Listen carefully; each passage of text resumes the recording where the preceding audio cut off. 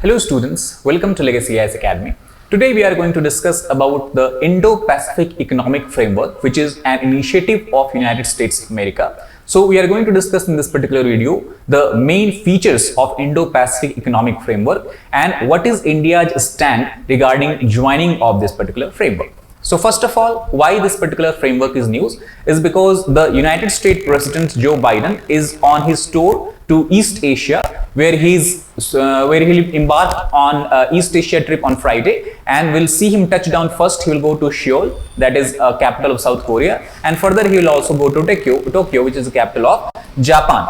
And in these two capitals, he is expected to launch his administration's much discussed IPEF, that is Indo-Pacific Economic Framework, and the launch is going to take place in the Japanese capital of Tokyo, where the Prime Minister of Japan, Kishida Fumio, will also be present there. Now, IPEF is not being discussed here for the first time. The first time when IPEF was actually discussed is in the month of October 2021, when the President Biden was speaking at the East Asia Summit. Now, East Asia Summit is also, India also is actually a member of East Asia Summit. So, let us try to understand what is the idea behind this IPEF.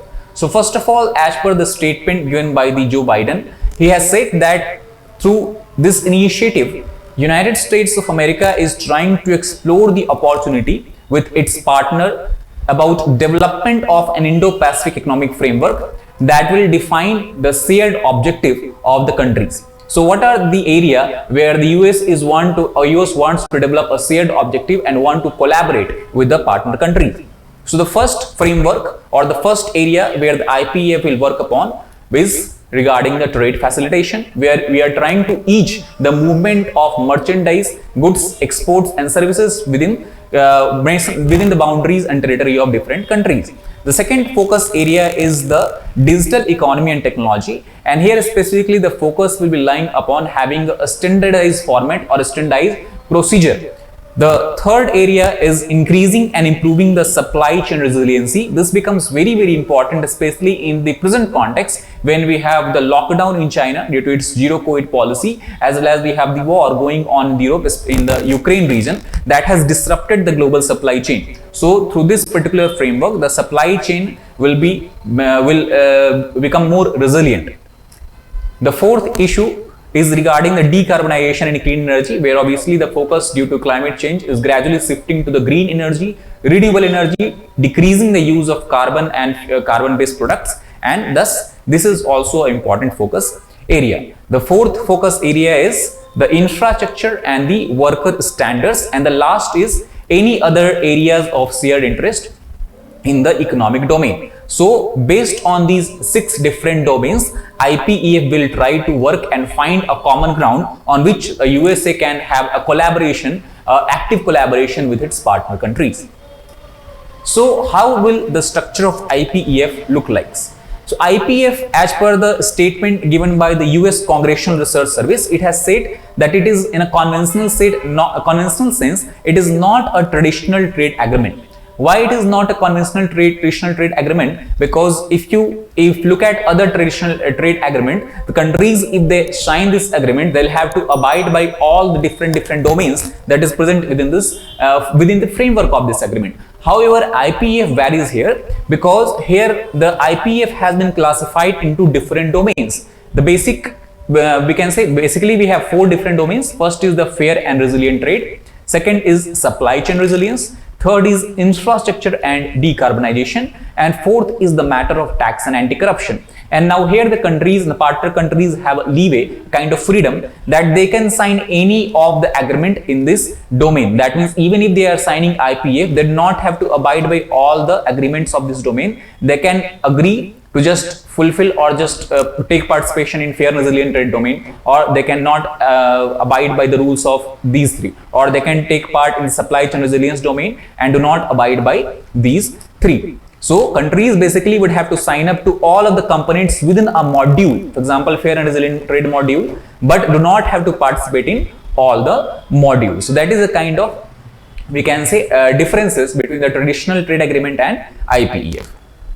However, there are certain missing pieces that can actually cause a problem with certain countries. So what are these missing pieces? The first missing piece is that IPEF does not include the provision of market access and certain commitments such as lowering of tariff barrier. That means US will be able to protect its domestic markets, its domestic producer from any other competition from the partner countries. The second is the reason why US has said that this market access has been included here is because IPEF is rather an administrative framework, not a legislative framework. Because if you have to work upon market access, if US has to deal with market access, then it has to pass a bill through the Congress, that is the legislature of USA. However, right now IPEF can be completely used or completely, you can say it has been developed by the White House, and that is why it is an administrative framework. The third point is there are certain areas like digital, labor and environment issues in fair and resilient trade modules, and it has certain binding commitment, and that is where the Japan's Nikki organization had clearly says that US by launch of this agreement is trying to protect its domestic market, try to does not include market access to other countries, while at the same time it is trying to put binding commitments on the trade partners, and that is where issues can arise. Anyway, what US expect to achieve from this agreement? So basically, if you try to remember, when President Donald Trump, he was the head of United States, he pulled out from the Trans-Pacific Partnership. And that is why US, by again launching IPEF, is trying to regain credibility in the East Asian and Southeastern Asian region. The second objective is to counter China's growing economic influence in the region. To remind you, China is a member of Trans-Pacific Partnership as well as the member of Regional Comprehensive Economic Partnership, that is RCEP, from which India also has pulled out. So, by being a member of these partnership in the Pacific and the Indian Ocean region, China is currently having much more or much higher weight as compared to the Western powers, especially United States of America. So, it is believed that IPEF, once signed by other trade partner countries, will become a new US vehicle for re-engagement with the East Asian and Southeast Asian economy. And this we can understand from the statement given by Jake Sullivan, who is the National Security Advisor of United States of America. He has clearly said that IPEF is going to become a 21st century economic arrangement between US, East Asian and Southeast Asian economy. Now, obviously, question comes that this is the point of view of United States of America, how other countries have reacted to this. So first of all, the major economy in East Asia is Japan, where the IPEF is also going to be launched. So Japan clearly has says that it is welcoming the IPEF, will read the provisions of IPEF and then take decision accordingly. At the same time, if you look at the major economy of Southeast Asia, Thailand has also said that it liked the IPEF and will join the negotiations to finalize the trade agreement. However, certain countries like South Korea, Philippines and Singapore, they have said that they are looking at this IPEF and they have expressed their concern, expressed their interest, but at the same time are being cautious also that how it will impact the economy, what are the pros and what are the cons. Now coming to the main important point, that it is believed that when President Biden will meet Prime Minister Narendra Modi at the sidelines of Quad Summit that is going to take place in few days, he is expected to invite India to join the negotiations for IPEF. And also India is the only partner country of Quad which has not expressed any kind of interest or any kind of clear standing on the issue of IPEF. The other three member countries of Quad, that is Japan, Australia and US, obviously have expressed their interest in joining IPEF. So what does India has to say about that? So currently, recently, actually, the Arindam Bagchi, who is the spokesperson of Ministry of External Affairs, he has said that this is an initiative of United States, obviously referring to IPEF, and we have received details of this and we are examining it. However, this is not the first time that India has examined or read this IPEF. Earlier also, a think tank of Ministry of External Affairs that is called as Research and Information Systems for Developing Countries, they have published a report that is called as Deciphering the IPEF. And in this particular report, they have said that currently India is uncomfortable with the US high standards that they have included in IPEF, and that is why India would like to avoid the risks emanating out of it. Not only that, India also have a kind of contradictory point of view as far as the matters of digital governance in the IPEF is concerned, because the certain phrase or certain, we can say, certain issues in this IPEF, it contains issues that directly conflict the India's stated position, and especially which areas India has a conflict with the IPEF is levying of customs duty on the digital product, where IPEF prohibits or restricts the levying of custom duty on digital product, especially those are distributed digitally, while India want to levy a custom duty on that.